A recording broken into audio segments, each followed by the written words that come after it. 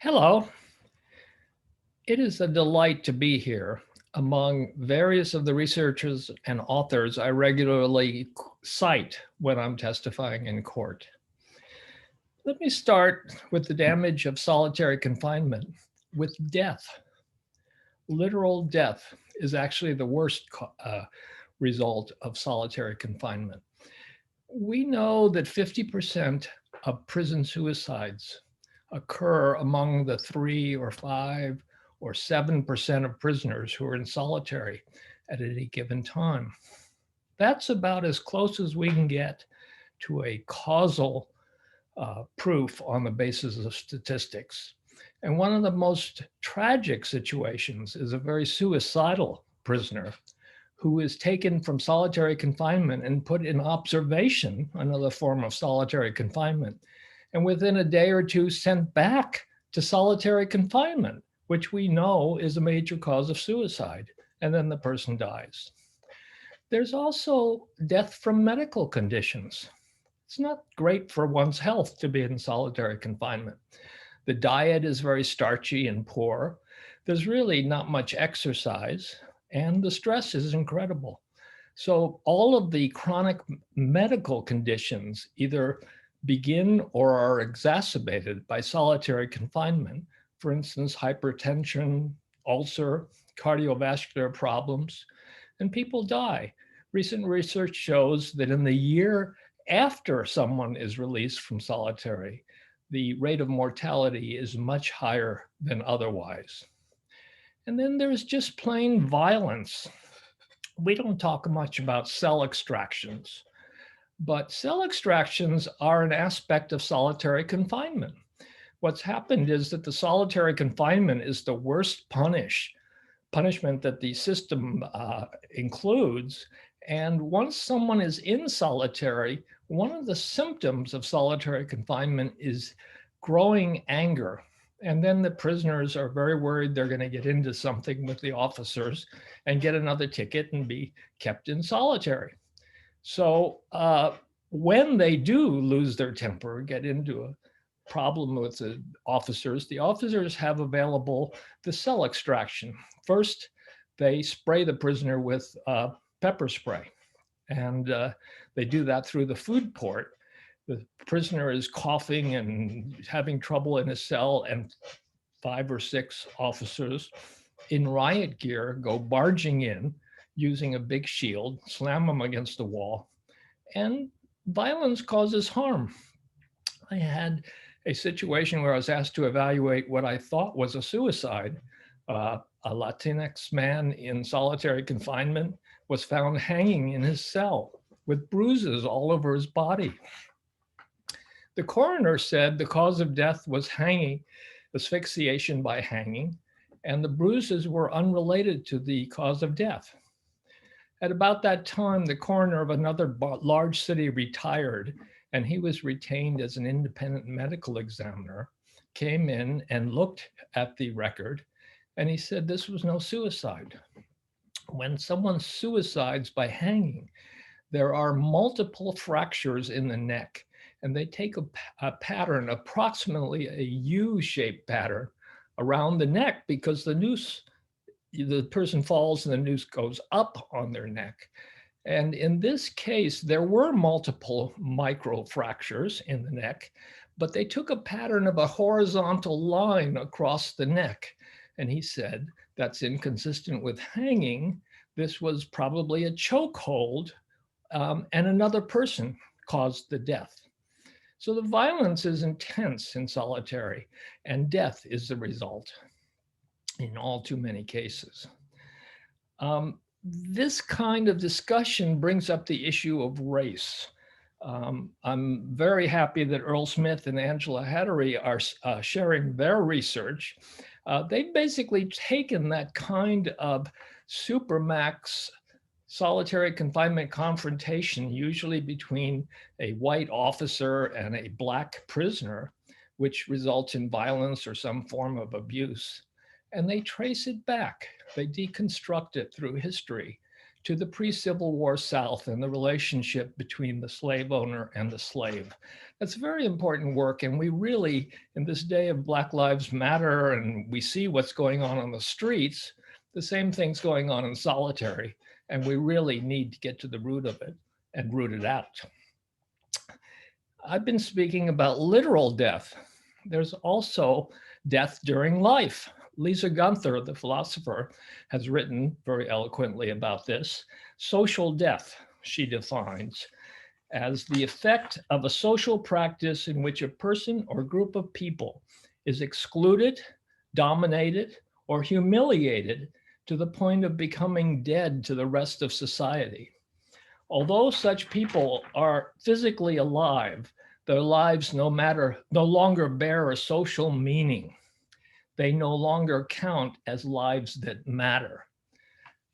I have been working with a concept of decimation of life skills. I think that is a sum of what solitary confinement causes. The decimation of life skills. We all know the symptoms that Dr. Haney and Dr. Gracian have researched and presented to us here. The very high anxiety that can be panic attack, the difficulty thinking that often takes the form of paranoia, pacing in the cell and doing other repetitive activities, severe problems with concentration and memory, and despair, which is what leads to the suicide. We also see a lot of self-harm, specifically in solitary confinement. There is an epidemic of self-harm, for instance, by cutting or injuring other parts of the body, and they almost always occur in solitary confinement. I like to explain when I'm testifying in court to the judge and the jury where the paranoia comes from. I believe that we're all a little bit paranoid. Paranoia is a part of our epistemology, and that is we become paranoid for an instant, and then we think about it and decide, oh, I'm being paranoid, and we move on with a sharper sense of reality testing.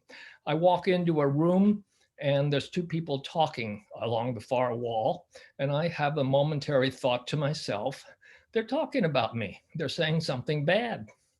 I walk up to them, they turn and greet me warmly and say, hi, Terry. And I think to myself, I was being paranoid. Or a friend I call doesn't return my phone call, and a couple of weeks go by and I think, oh, I must have done something wrong or something happened with us and he doesn't like me. And I run into him and mention that I'd called, and he said, oh, I'm sorry, I was sick and I just have not answered any of my messages. And I think to myself, oh, I was being paranoid. In a solitary confinement cell, you can't do that kind of reality testing. The prisoner hears a couple of officers down the tier laughing loudly and just making a ruckus. And he has the thought momentary that they're coming to get me. They're going to kill me. And then they start walking towards him and he gets more and more anxious. Now, that prisoner doesn't have the wherewithal to reality test that paranoid thought. Where I can ask a friend, am I being paranoid if I think so-and-so is doing such and such? And the friend can say, yeah, Terry, you're being paranoid. Well, the prisoner doesn't have that because he's not in contact with anyone. So there is an extreme social isolation, and he's left with the paranoid thought to reverberate in his mind and grow. The reason I explain this, and I can explain each of the symptoms like that in their psychological development, is to point out to the judge, to the court, that paranoia is a human experience. What happens to people in solitary confinement is a reaction among human beings to the extreme isolation. And I can be paranoid, the judge, the jury can be paranoid, and we reality test, but we deprive the prisoner in solitary of the conditions that make reality testing possible. The point is, people in solitary confinement are stigmatized and stereotyped as the worst of the worst. As we all know, they're really not. There's a lot of very intelligent people in solitary confinement. I do a lot of thinking about that. I think the typical interaction is this. A very intelligent prisoner, especially a Black or otherwise person of color prisoner, is very intelligent, and the officers feel intimidated by their intelligence. They get into an argument, for instance, about a ticket the officer wants to write, and immediately the officer basically hits the prisoner and puts him in the hole. And that's why so many very intelligent people end up in the hole. They're not the worst of the worst. A whole lot of people with mental illness, as we well know, end up in the hole. So it's not the worst of the worst, and they're human beings just like us. And so in every instance in my testimony, I try to point that out. Those are the symptoms that we all talk about in solitary confinement. In the Ashker case, I was given a special assignment. Craig Haney and I were expert witnesses, and we were asked what, in addition to those symptoms, happens to people when they're in solitary for a very long time. And as a convention, we took 10 years, the basis of the class in Ashker. What additional symptoms occur? And we found many. I grouped the symptoms into two categories. One is extreme isolativeness, even beyond the requirements caused by solitary confinement. So for instance, prisoners in solitary talk to each other. They either shout out into a common airspace, they can't see anybody, but they can shout, or through an air vent, or passing someone on the way to recreation. But the prisoners tell me over the years, they stopped trying to do that. They just stay to themselves. They seek isolation beyond what the environment requires. The other category is emotional numbing. They tell me they're numb. They tell me they feel like a zombie, or they feel like the Walking Dead. And I think it has to do with that anger reaction in solitary. The prisoners try so hard to suppress the anger so they won't get in further trouble with the officers, that they end up suppressing all of their feelings, and they lose touch with how they're feeling. They also are not practiced in expressing their feelings to anybody locked up in a cell by themselves. So there are these two very serious sets of symptoms of isolativeness and emotional numbing. This is what I call the decimation of life skills. And I think it's the equivalent of social death, but from a more clinical perspective. I recently interviewed a Black prisoner in a SHU in a northeastern maximum security prison who had been there for 5 years. And he told me these things. I don't feel relevant anymore. I don't know if I'm cut off from my feelings. I'm just not the same. I don't know how to explain it. I kind of feel like I'm out in space. I'm here, but I'm not here. I don't have anything to express.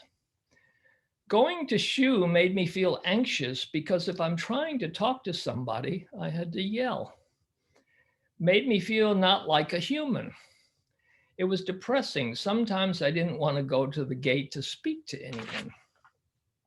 Now, I asked this prisoner whether his motivation to speak to others has changed over the time he's been in SHU. And he said, yes, pretty much. The ability to communicate isn't really there. So maybe I've lost interest because of that. I've been housed next to dudes that are suicidal or actually committed suicide. I've been next to at least 50 inmates who attempted suicide. The communication is just hard. You have to yell over to somebody just to tell them anything. So talking becomes less desirable. We also have different lifestyles, so we don't get to speak to each other in a general conversation. So there's the decimation of life skill. It's purposeful. It's not an accident that these symptoms occur and people are so disabled. It's actually a concerted attempt on the part of the prison system to break these people, to damage them, to make them non-people, and therefore forever disabled when they try to function in society after they're released. Social isolation or solitary confinement is the absolute opposite and antagonist of rehabilitation. And we all know that if rehabilitation is done right, hopefully added to quality visitation during a prison term, a person can get an education, learn skills, do their time, and when they get out, they will succeed at going straight. But solitary confinement destroys those capacities. And in that sense, it is the absolute opposite of rehabilitation. I have a general rule in considering policy and practices in prisons. My rule is this: we want to make absolutely sure that we're not doing anything to prisoners that makes them more likely to return to substance abuse and crime when they get out of prison. We want to make sure that we make that less likely. Well, solitary confinement clearly makes it more likely, and therefore it's just a dreadful way to damage human beings. During the Ashker case, I had the occasion to talk to approximately 12 prisoners who had been in SHU for 10 years, but had been released prior to my talking to them.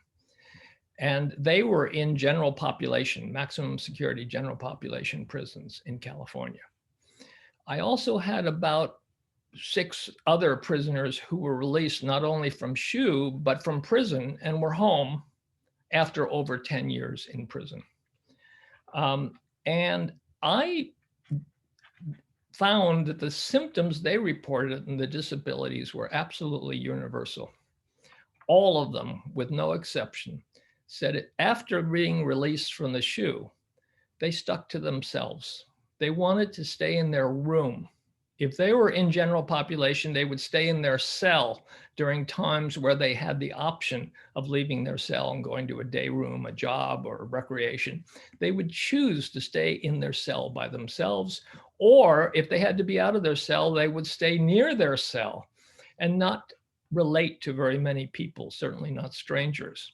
If they were home, they would stay in their room. The families would call me and be concerned about it, or they'd stay in their home or their apartment and not go anywhere. Again, not wanting to be with people they didn't know, not wanting to be in a crowd. They would often tell me, I'm getting to be okay going to the corner store, but I can't handle a supermarket. There's too many people, too much noise. I don't know anybody. I can't be there. They also report continuing anxiety, continuing severe problems with concentration and memory, hyper-awareness and startle response. They call it nervousness, but really they're just always concerned that someone might be attacking them. And something that I think is worth a lot more study is they report a changed personality. Typically, they say, I used to be pretty friendly and I'd get along with everybody. I was cheerful. But now I've closed down and I don't think anybody really wants to talk to me. So that's what I call the SHU post-release syndrome. I'm an advocate for ending solitary confinement entirely. It's just too damaging. It destroys human beings. I don't think a strategy of ending solitary confinement by itself works to reform the prisons or the penology. I think we have to have radical decarceration. We have to have sentencing reform, diversion into programs like mental health and substance abuse treatment, and otherwise put people somewhere else besides jail and prison where they're being destroyed by such things as solitary confinement. We have 10 times as many people in prison today as we did in 1970. There's no need for that. It hasn't changed the crime rate much. It goes up 2 or 3%, comes down 2 or 3%, basically the same as it always has been. And we're destroying all these people.